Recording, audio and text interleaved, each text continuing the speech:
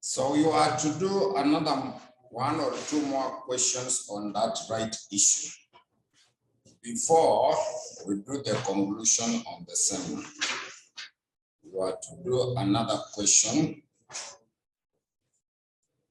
before we conclude on that area. So the next question I wanted us to do,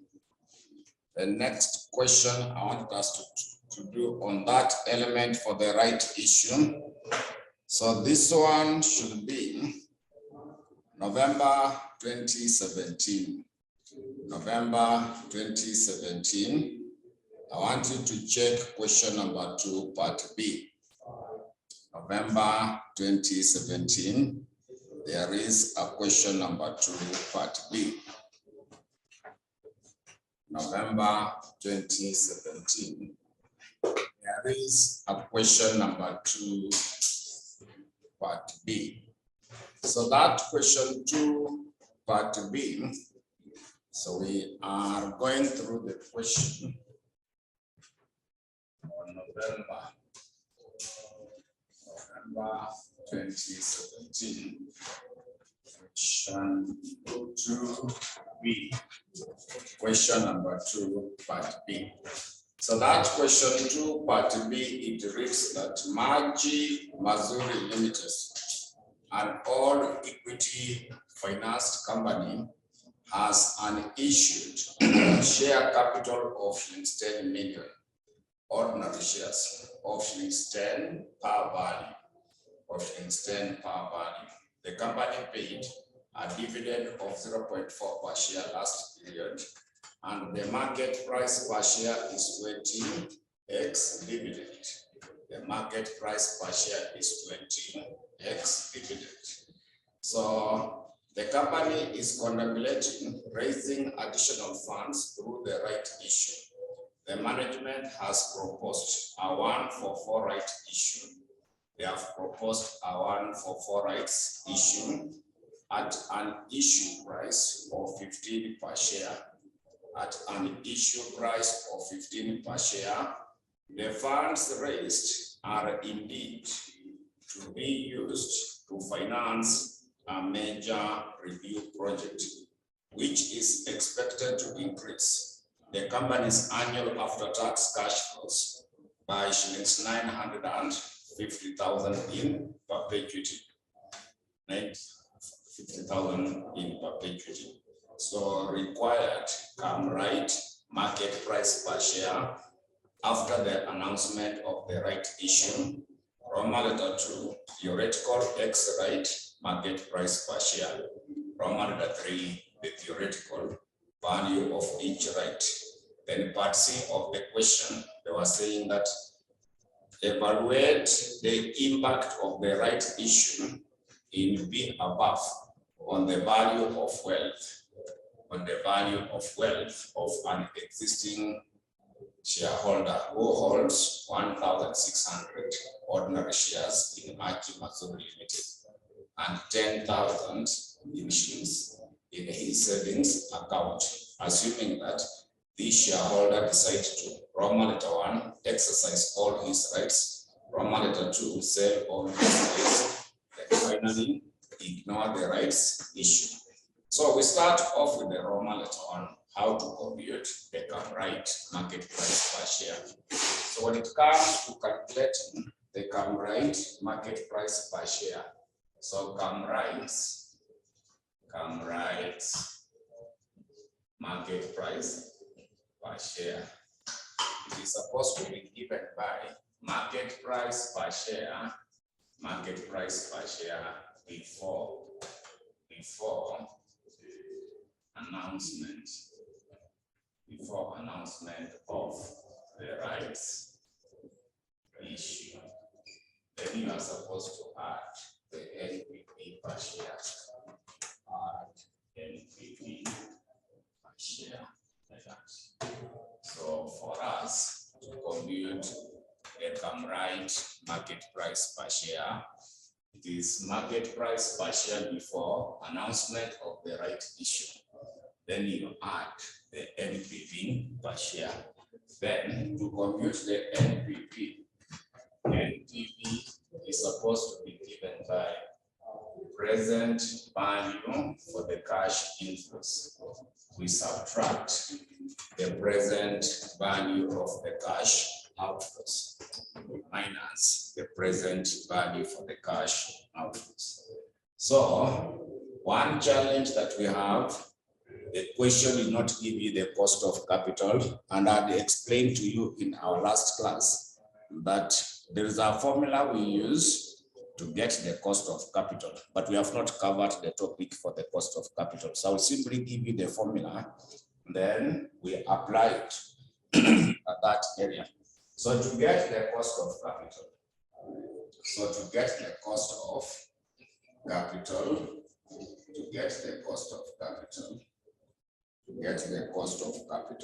it will be given by, so when you check through the first paragraph, they say that the company paid a dividend of 0.4 per share last period, and the market price per share is 20, which is ex-dividend.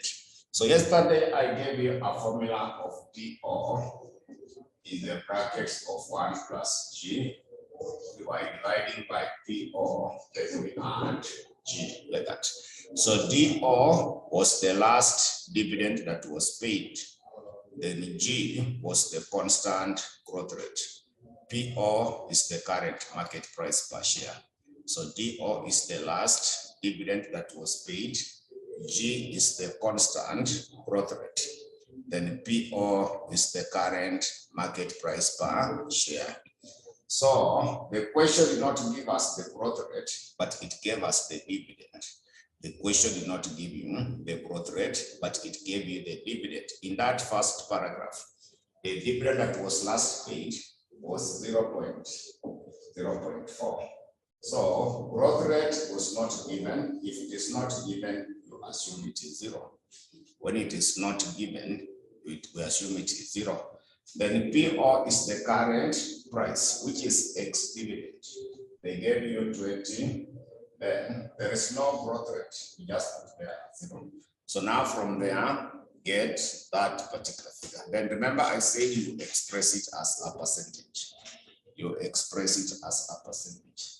So we have not done the topic of cost of capital. When we get there, we shall learn these formulas. But for now, because I'm doing the question, I will simply give you that formula to get the cost of capital for that.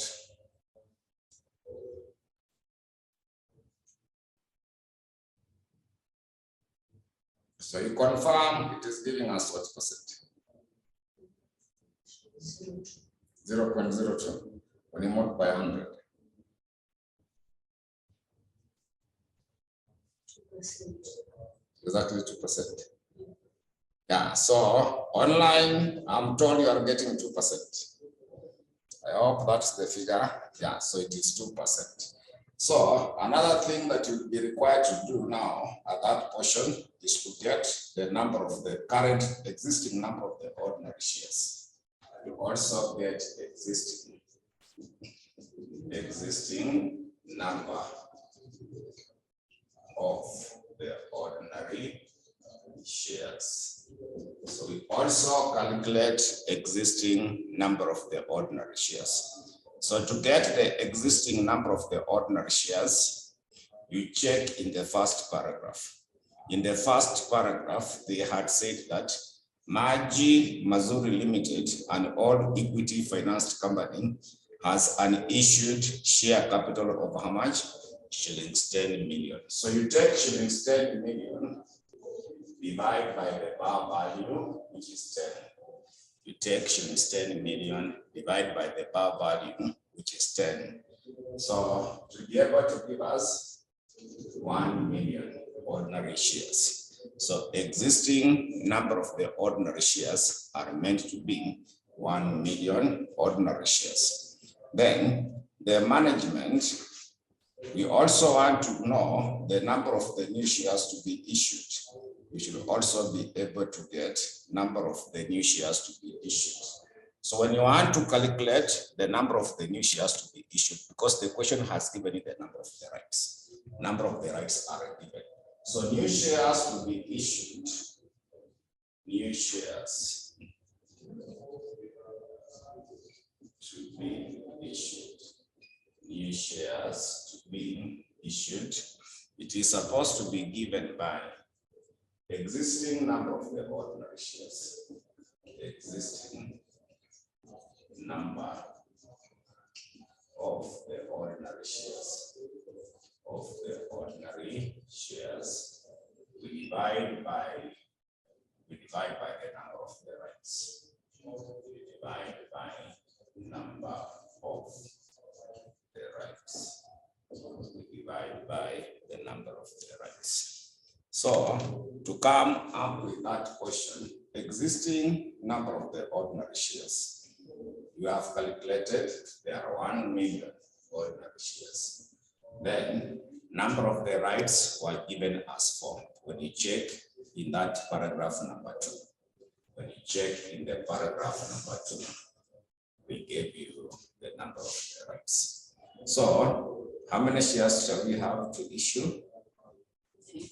So we shall be issuing 250,000 ordinary shares. So those who are the workings, those who are meant to be the workings. So once we have done that, we can now compute our net present value.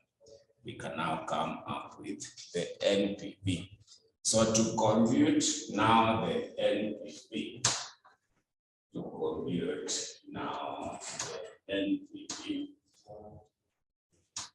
we start off with present value of the cash inflows. We start off with present value for the cash inflows, whereby you take the annuity multiplied by present value interest factor for the annuity. So cost of capital, we got 2%. So it is 2% up to infinity. It is 2% up to infinity, because when you check at the end of that paragraph number 2, they say that the the fund raised are intended to be used to finance a major new project, which is expected to increase the company's annual after-tax cash flows by how much? In perpetuity. So in perpetuity is up to infinity. So up to infinity, it is not indebtable.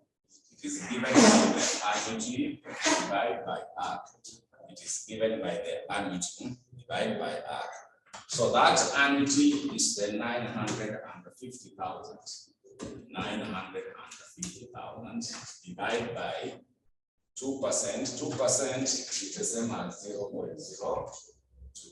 So that should give you the present value of the cash inflows, which will be able to give you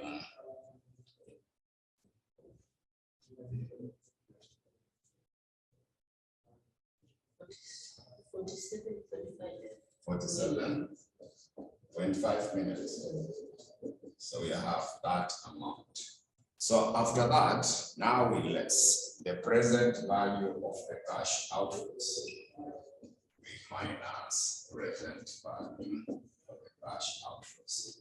So present value for the cash outflows, you simply take the number of the shares to be issued, multiply the offer price, because it's simply the amount we want to raise. So we calculated the new shares to be issued. So present value of the cash outflow is the same as the amount to raise to finance the new project.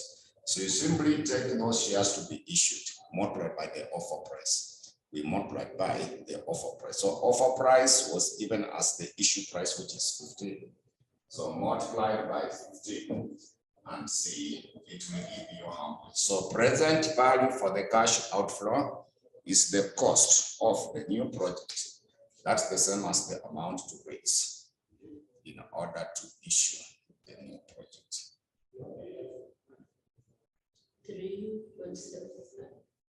3.75. So you get 3.75 million So when you subtract, you get the NPV. When you subtract, you get the NPV.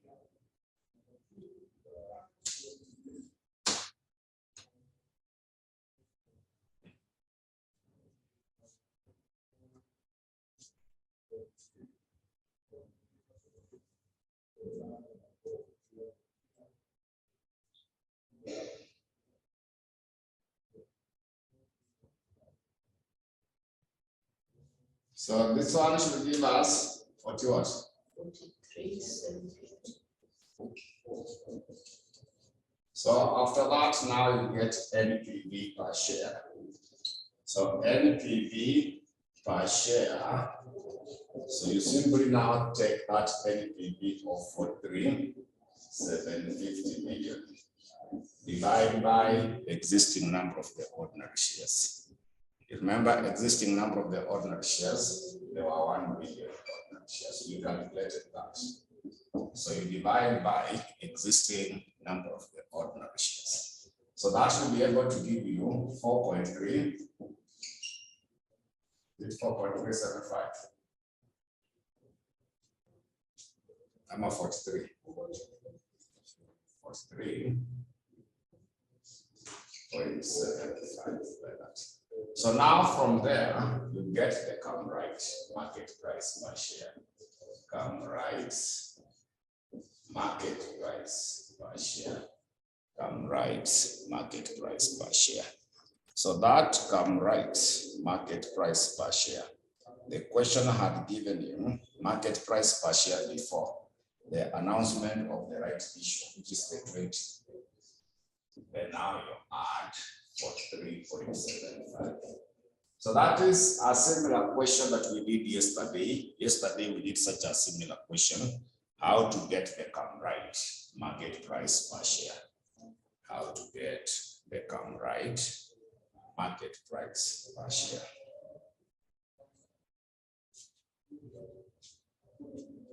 How to come up with the CAMRIGHT market price per share. So it is giving us which value?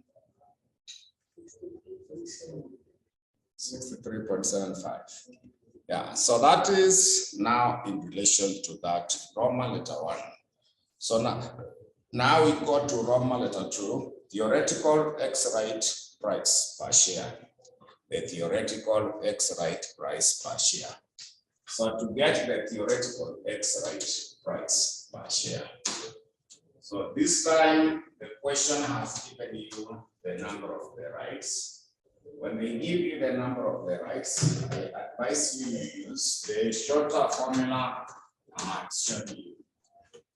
We use the shorter formula that I had shown you. So in that category, the theoretical X-right market price per share. So the number of the rights are 4 shares. So the 4 shares will be valued at the offer price.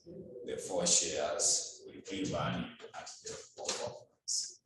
So the 4 shares are valued at the offer price. So you multiply by, so the current market price, not the offer price. The current market price was 20. So when you take 4 multiplied by 20, it should give us 80. Then when you have 4 shares, you acquire 1 new share. So this 1 new share should be valued at the offer price. So 1 multiplied by 15, it gives us 15. So this will be 5 shares. That will be 95. So your theoretical X-right price, you take 95 divided by 5. Theoretical X-right price. You take 95 divided by 5.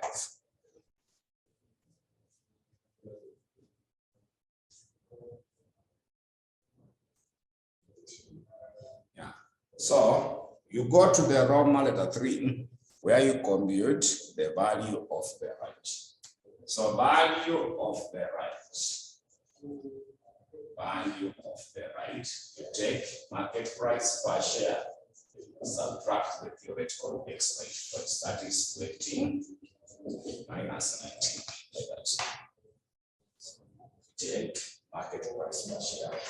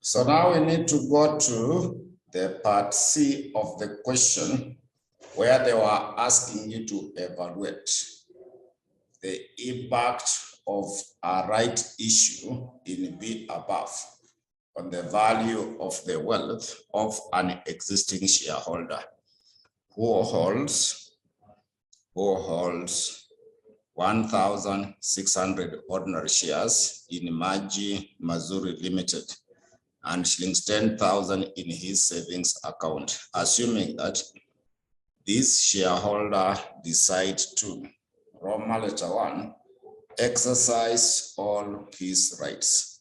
Roma letter 2, sell all his rights. Roma letter 3, ignore the rights issue. Ignore the rights issue. Ignore the rights issue.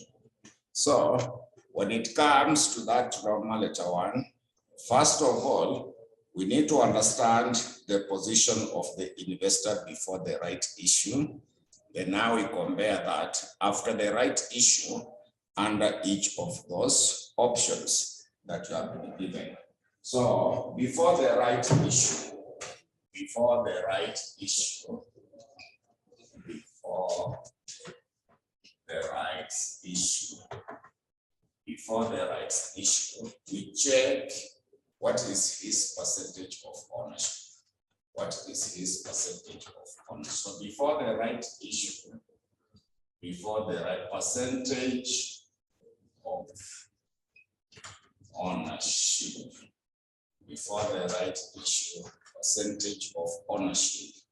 He now owns how many shares as per the part C? 1,600.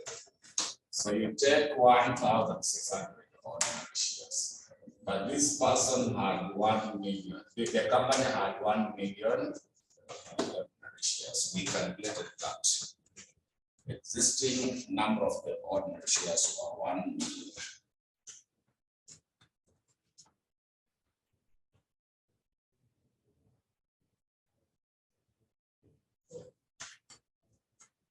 So that is now meant to be the percentage of ownership.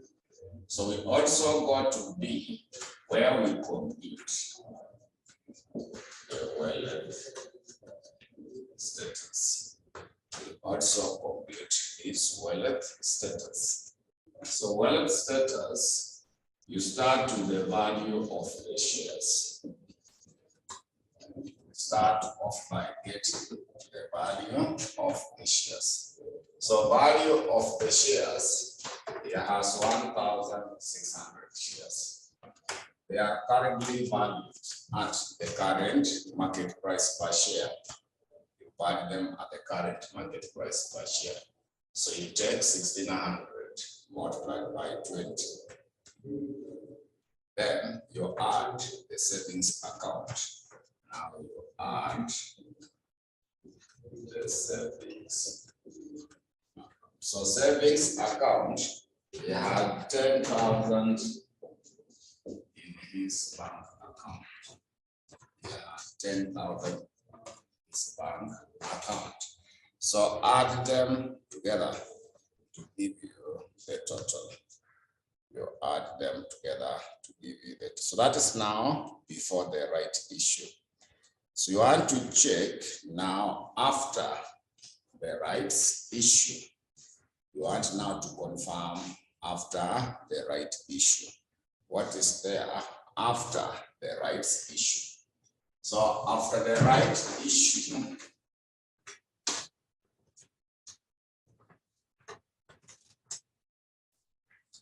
so after the rights issue, we now confirm after the rights issue.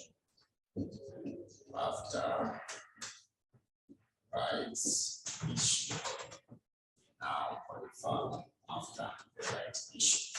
So after the rights issue, we need to get the total number of the shares in the company. Total number of the shares in the company. So total number of shares in the company, we remember there was 1 million which was existing. Then you remember the shares they issued, we calculated the 250,000. So remember the 250,000. So you add 0.25 millions. It's now 1.25 millions there. 1.25 millions. Then also total shares of the investor. Total shares of the investor. Total shares of the investor. So total shares for the investor, we know the number of the rights. For every 4 shares, you get 1 new share. For every 4 shares, you get 1 new share. So this person has 1,600 shares. So he got how many new shares? So you cross multiply. Then you get 1,600 multiplied by 1 divided by 4.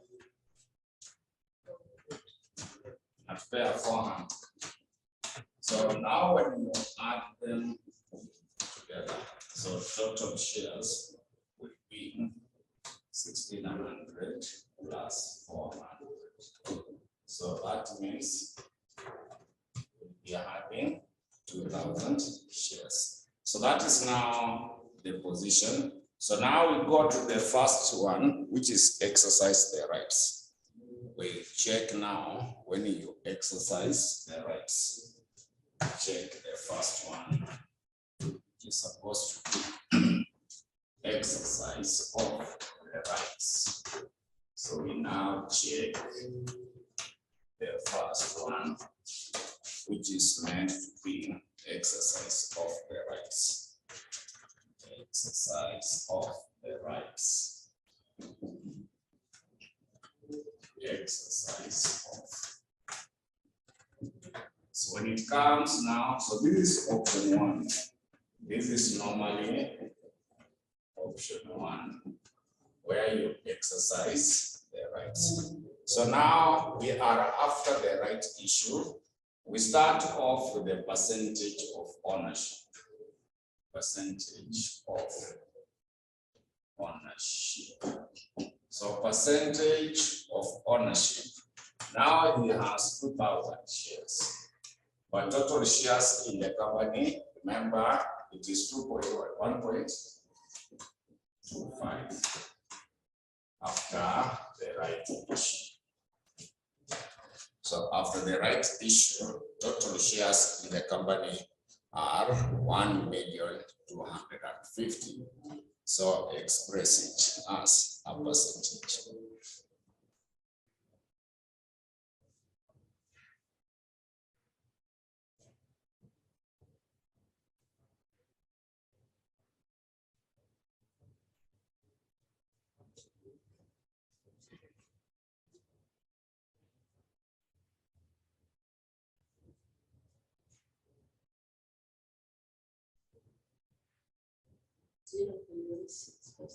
So it is not changing. It should be the same as before the right issue. That's when you exercise. Normally there is no changes in the percentage of ownership. So the other thing, we compute the wallet status. Now also come up with the wallet status. So for the wallet status, we start with the value of the shares. Value of shares. Value of the shares. So value of the shares. Now he has 2,000 shares. So after the right issue, all shares are valued at the theoretical exit price.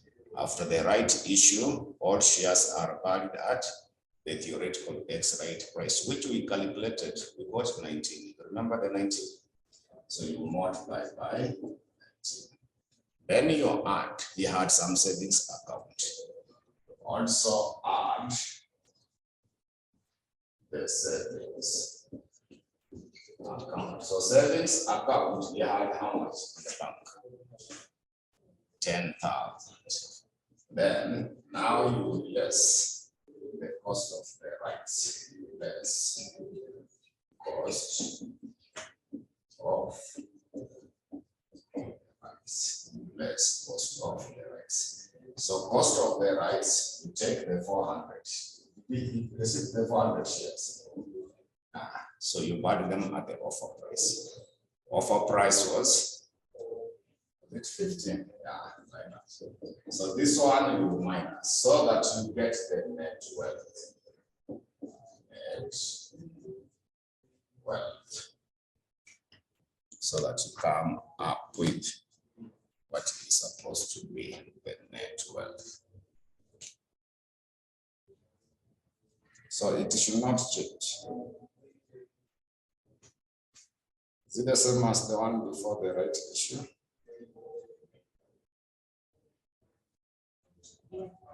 Yeah, so wallet status also would not change when you exercise the rights. Not change when you exercise the rights. So we now go to the Roman letter 2. So Roman letter 2 is sell all his rights. We now check the Roman letter 2. That's the same as option 2 when he sell all his rights. So when he sell all his rights, let's now check when he sell all his rights.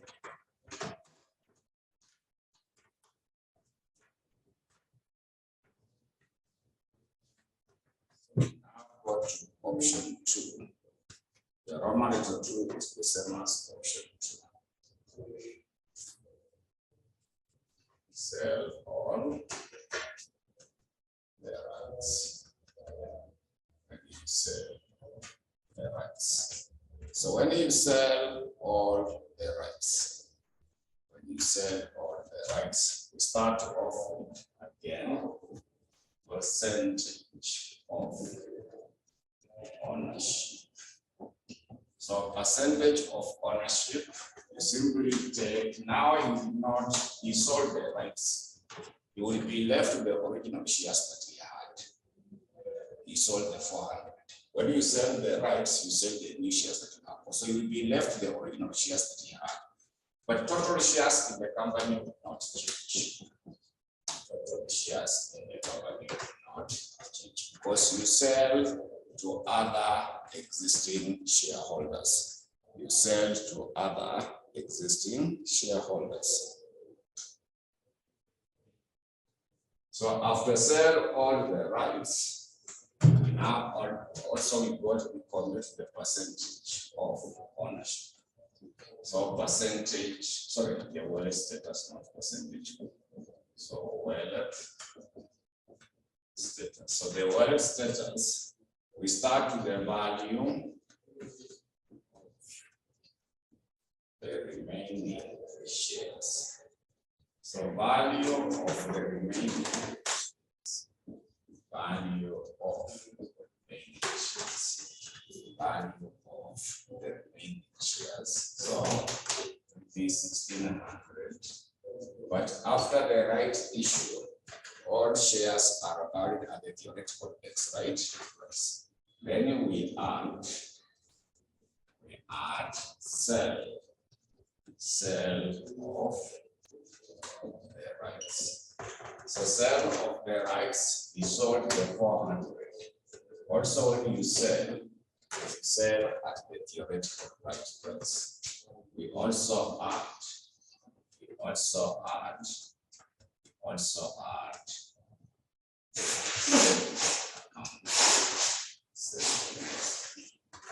so savings account was 10,000, and now you less the cost. So cost of the rights, you take the 400 multiplied by offer price was 15. The offer price was 15. So once you have done that, you subtract so that you get now the net wealth. That's the net wealth. You come up with the net wealth.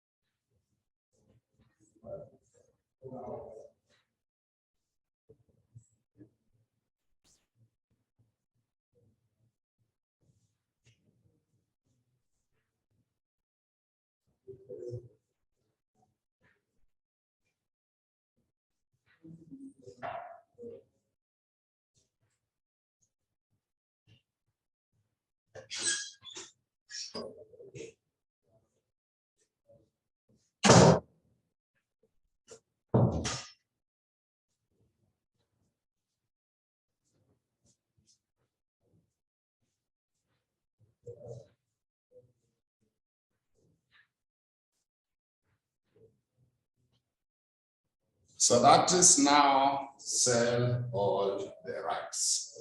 So after that, we should now be able to go to the one for the Roman letter. So you see, percentage of ownership has gone down, but the wallet is suspected is remaining the same. The wallet status, is it the same as before the right issue? Am I remember the liquor? The wallet status are getting how much?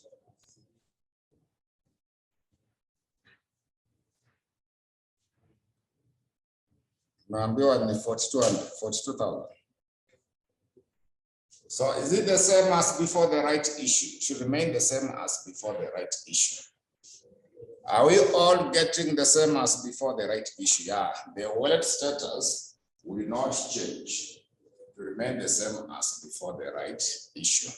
That's now meant to be sell all the rights. So finally, ignore the rights. The last one is meant to be ignore the rights. The last one is meant to be the rights. So we now go to option 3. So option 3, ignore the rights issue. So when we ignore the right issue, we start again with the percentage of ownership. Percentage of ownership. So for the percentage of ownership, we simply take, he did not participate in the right issue. We only have the shares he had originally. So you divide by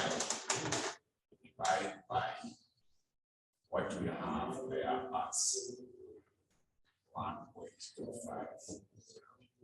So express it as.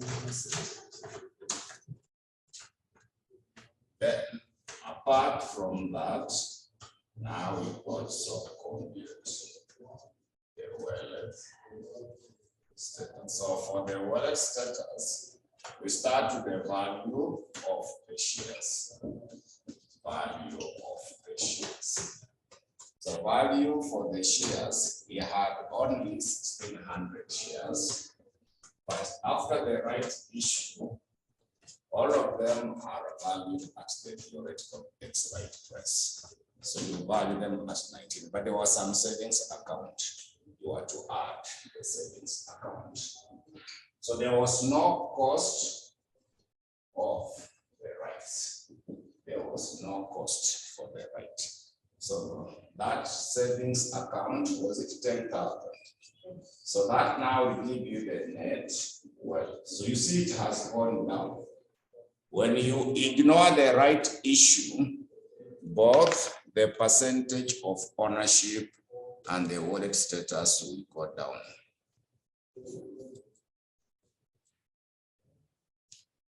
When you ignore the rights issue, both the percentage of ownership and the wallet status will reduce. So that is now the information I wanted you to know in relation to that part of the question.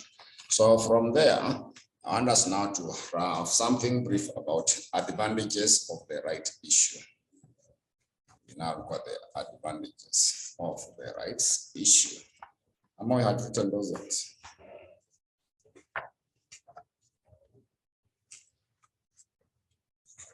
So let us now look at the advantages of the right issue.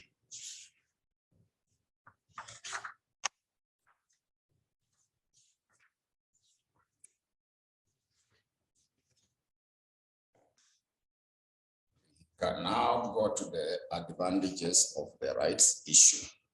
So among the advantages of the right issue, number one, we summarize that it involves less formalities and administrative procedures. It involves less formalities and administrative procedures, i.e., there is no need of preparing the prospectus,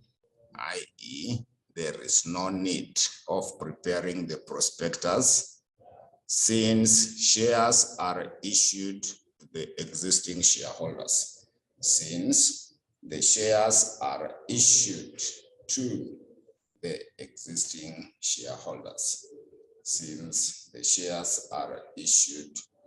the existing shareholders. The number two is that it involves less flotation costs.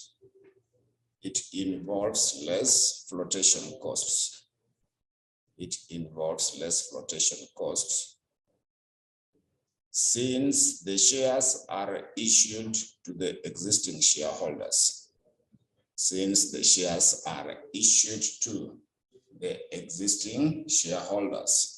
They are issued to the existing shareholders at a price which is already in the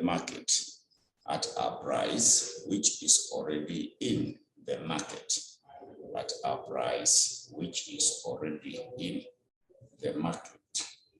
at a price which is already in the market.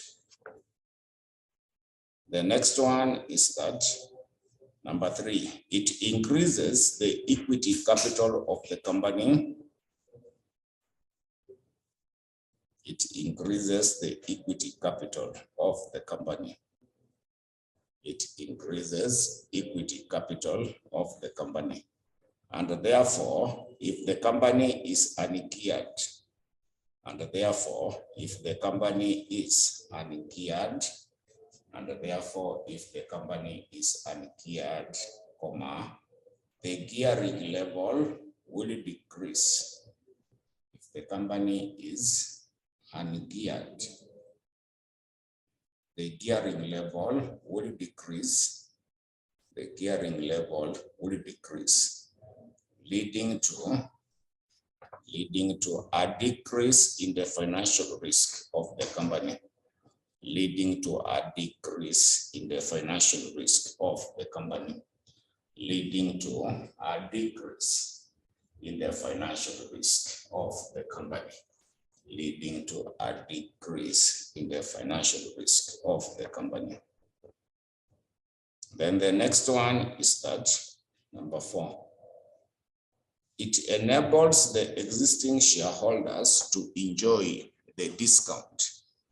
It enables the existing shareholders to enjoy the discount offered to the company. It enables the existing shareholders to enjoy the discount offered by the company. To enjoy the discount offered by the company. To enjoy the discount offered by the company.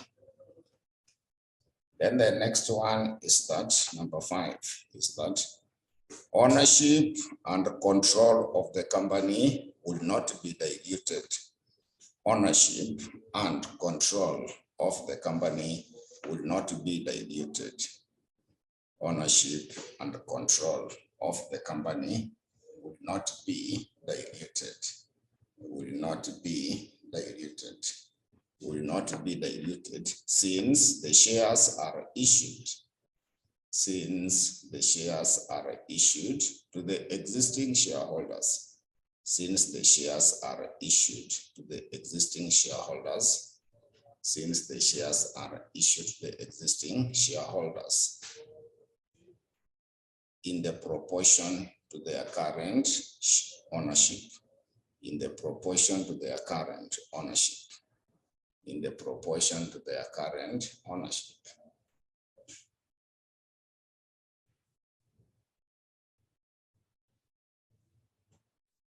Then number 6 is that, number 6? It enables the company to raise the funds. It enables the company to raise the funds. To raise the funds which can be used for the expansion program. It enables the company to raise the funds which can be used for the expansion program.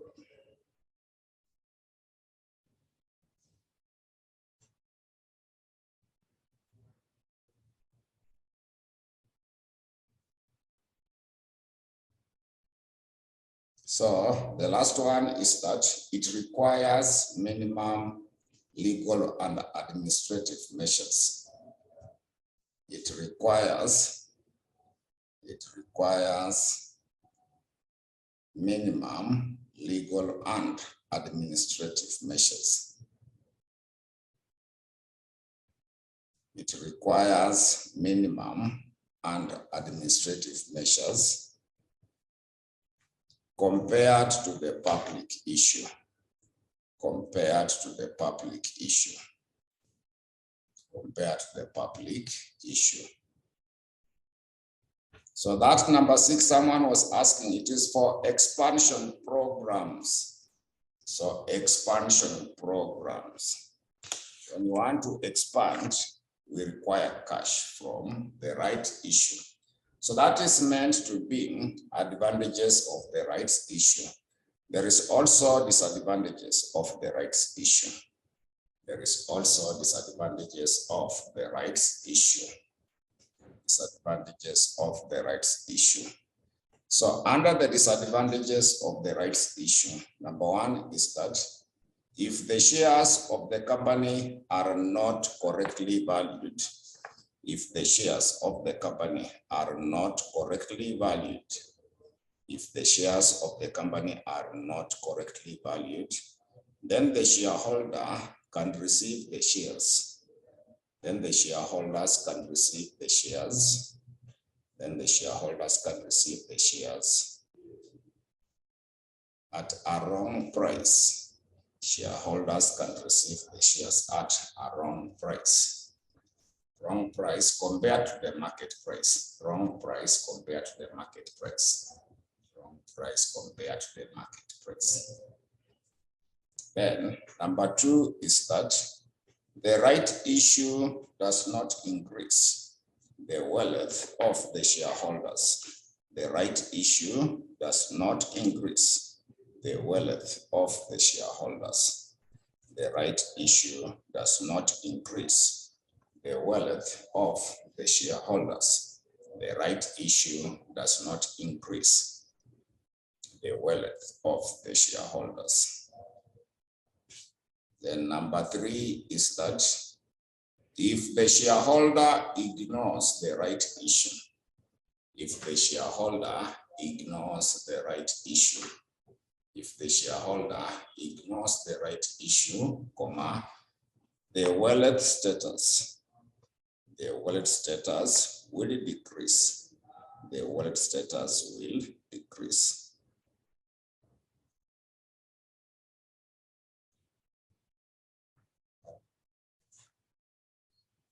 So those are some of the key disadvantages. Let us also have another paragraph.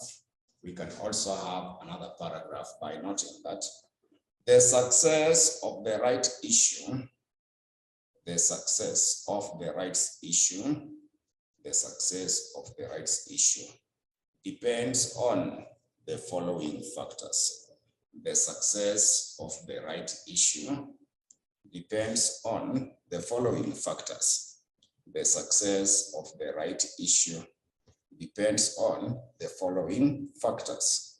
It depends on the following factors.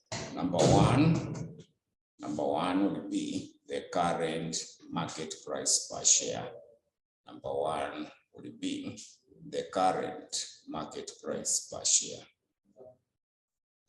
Number two will be subscription or the offer price. Number two will be the subscription or the offer price. Subscription or the offer price.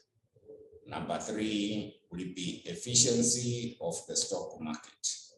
Efficiency of the stock market. Efficiency of the stock market. The next one will be number of the rights required to acquire one new share. Number of the rights required to acquire one new share. Number of the rights required to acquire one new share during the right issue. Number of the rights required to acquire one new share during the right issue.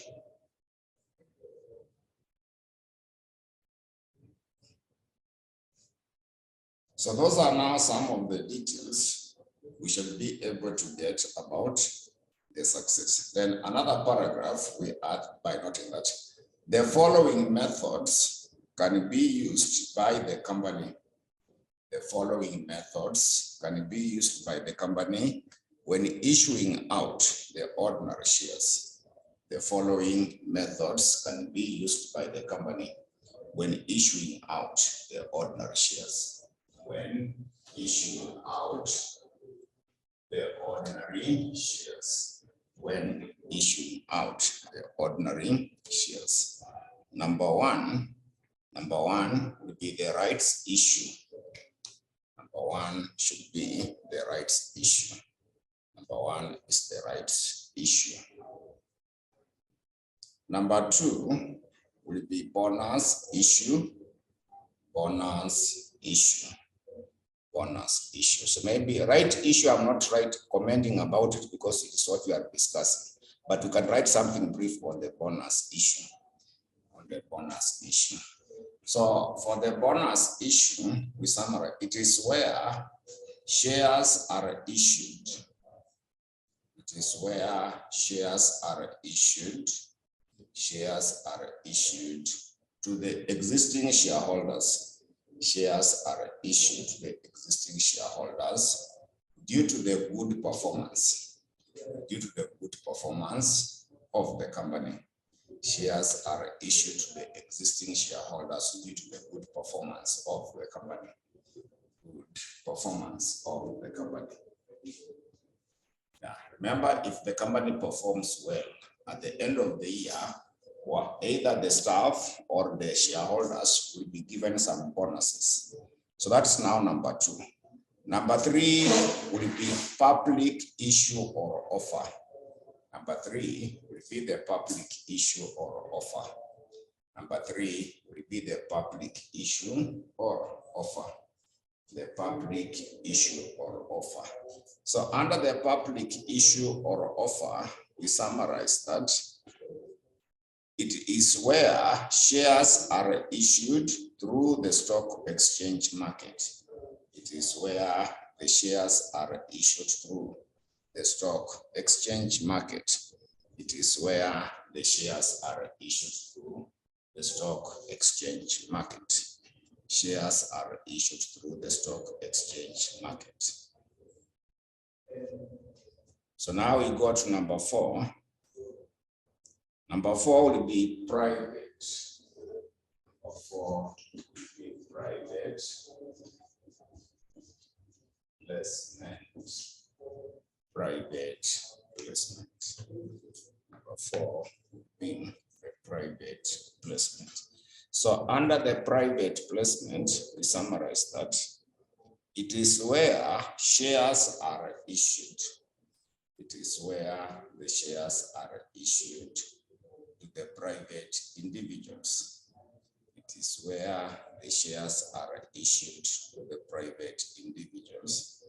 To the private individuals in order to raise the finances.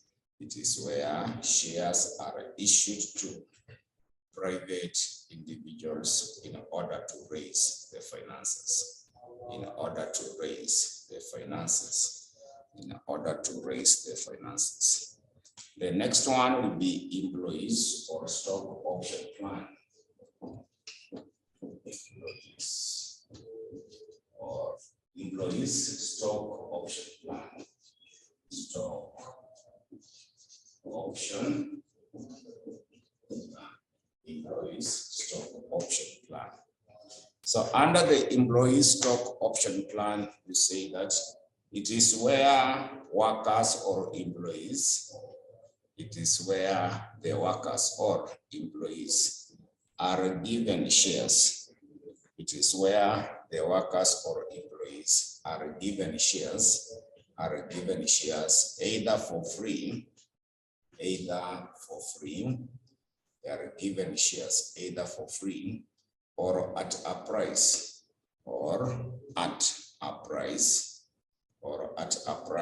slightly below,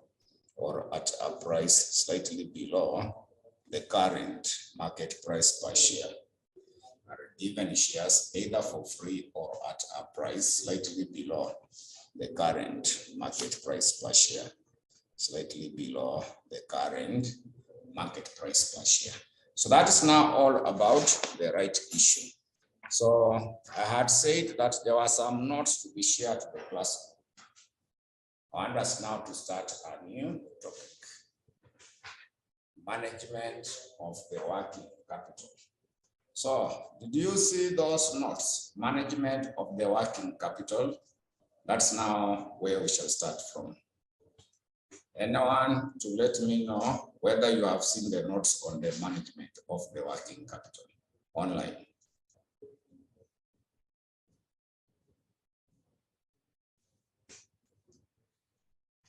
So can you confirm whether you have seen those notes?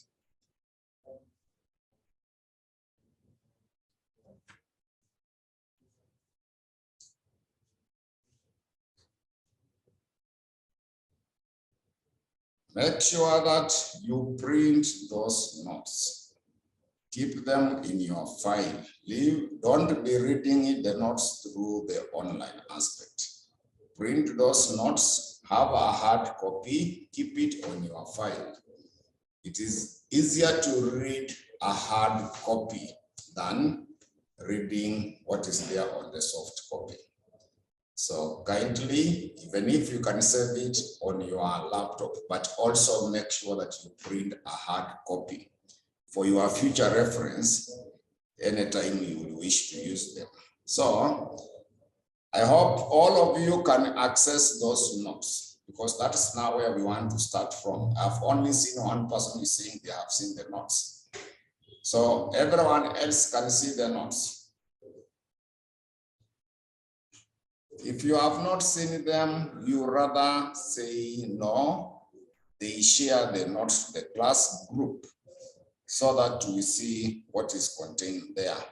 So that's now our next topic. So those notes were shared, was it last week? They are there in the class group from last week.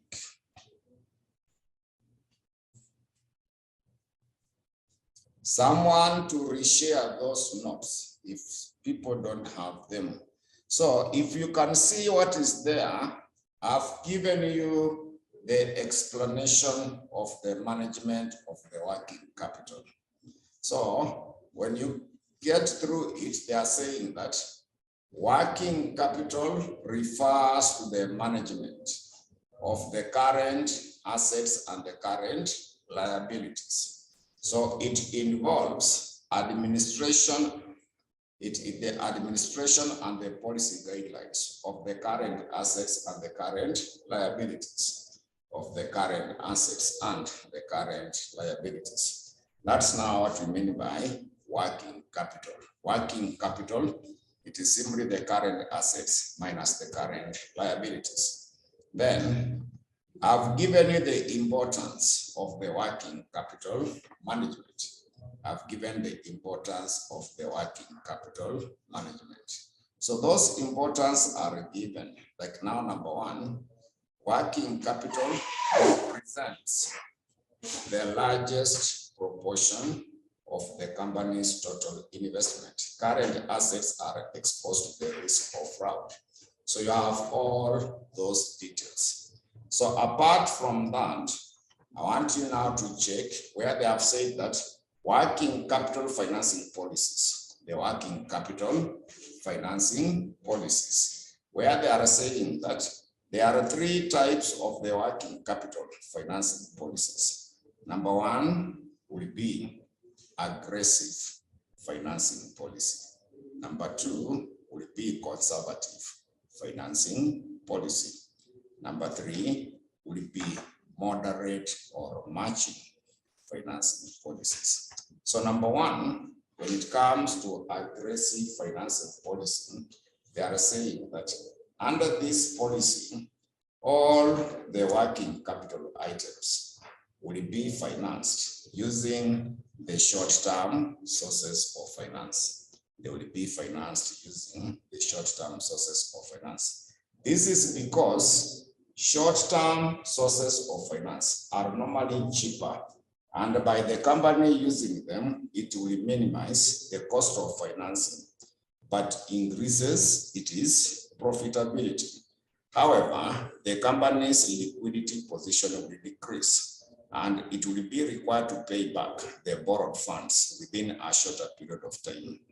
Then, current assets of the company can be classified into two as follows. There is permanent current assets.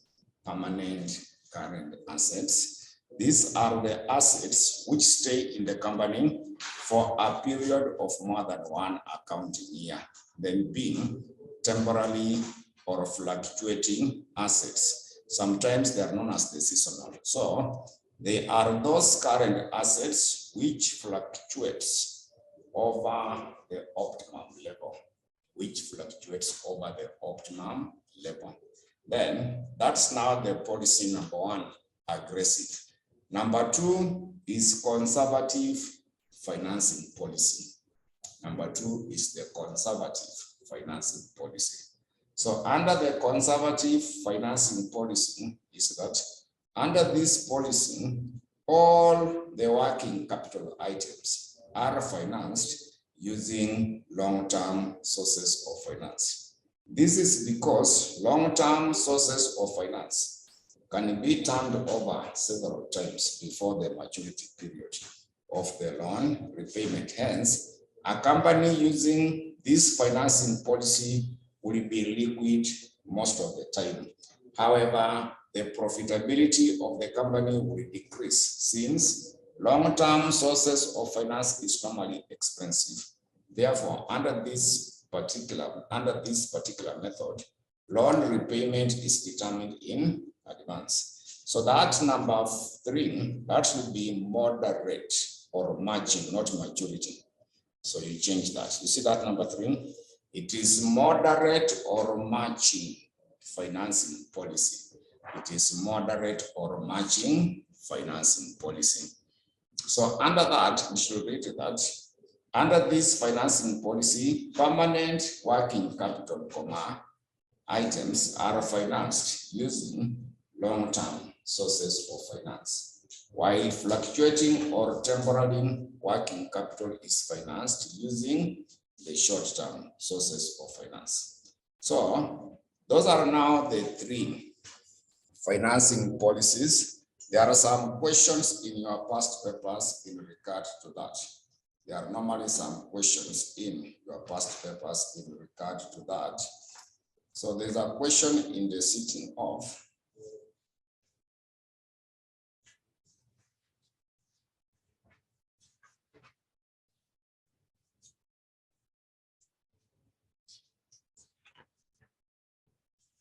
so when you check May 2018, question 1, part A, if you check through May 2018, there is a question number 1, part A. May 2018, there is a question number 1, part A. May 2018, there is a question number 1, part A. So that question 1, part A for May 2018, they were asking you to explain 3 working capital financing policies and their implications in an organization. They wanted you to explain 3 working capital financing policies and their implication in the organization. So the 3 of them, the first one is aggressive. The second one is conservative. Number 3 is moderate or matching. So you go through what I've stated there. The implications are given. Like now, when you check the aggressive, it is that under this policy, all the working capital items will be financed using what? The short-term sources of finance. This is because short-term sources of finance are normally cheaper, and by the company using them, it will minimize the cost of financing, but it increases what? So those are the implications that you should be able to explain. So we just say that under the policy, all the working capital are financed using the long-term sources of finance. But now, when it comes now to implications, now you explain that other part. So that is in relation to that. But we normally have some theory questions in relation to that. We normally have some theory questions in relation to that. What I want you to do,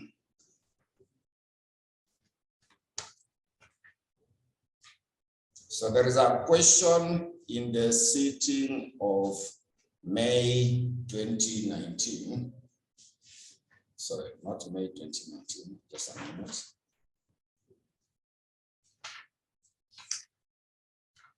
It should be in November 2019, question 2, part B.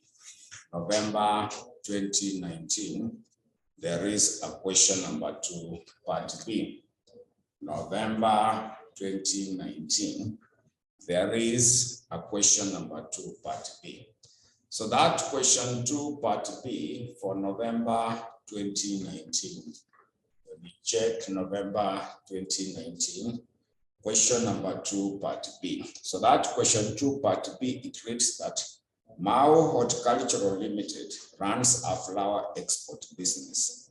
The company has 2 sources of funds at different interest rates. The finance cost for the short-term funds is 20%, while the cost of the long-term funds is 25%. These costs are expected to remain constant in the next 2 years. So the following are the projected monthly working capital requirement of the company for the year ending 31st December 2020. So January, February up to December, those figures were given. So required, Roman letter 1, average monthly, permanent and seasonal working capital requirements for the company. Roman letter 2, the total cost of the working capital finance for the company under the aggressive financing policy, conservative financing policy, and also matching financing policy. So we shall be discussing how to come up with that. Then Roman letter 3, they would like you to advise the company on the appropriate working capital financing policy to do what? To adopt. So time remaining, I'll not be able to finish the question. So when we meet now in the next class, we shall start off on that particular question. So I'm going to forward you the notes for the sources of finance and also introduction to financial management. So make sure you get those notes, you print them. For those who are online, those will be physical, maybe I can give them a hard copy, but those who are online, make sure you print those notes. Don't just leave them on the soft copy. It is easier to read something which is a hard copy and understand than when you leave it on the soft copy. So make sure you print them, then you can keep them in your file, you read. So we can stop there for now.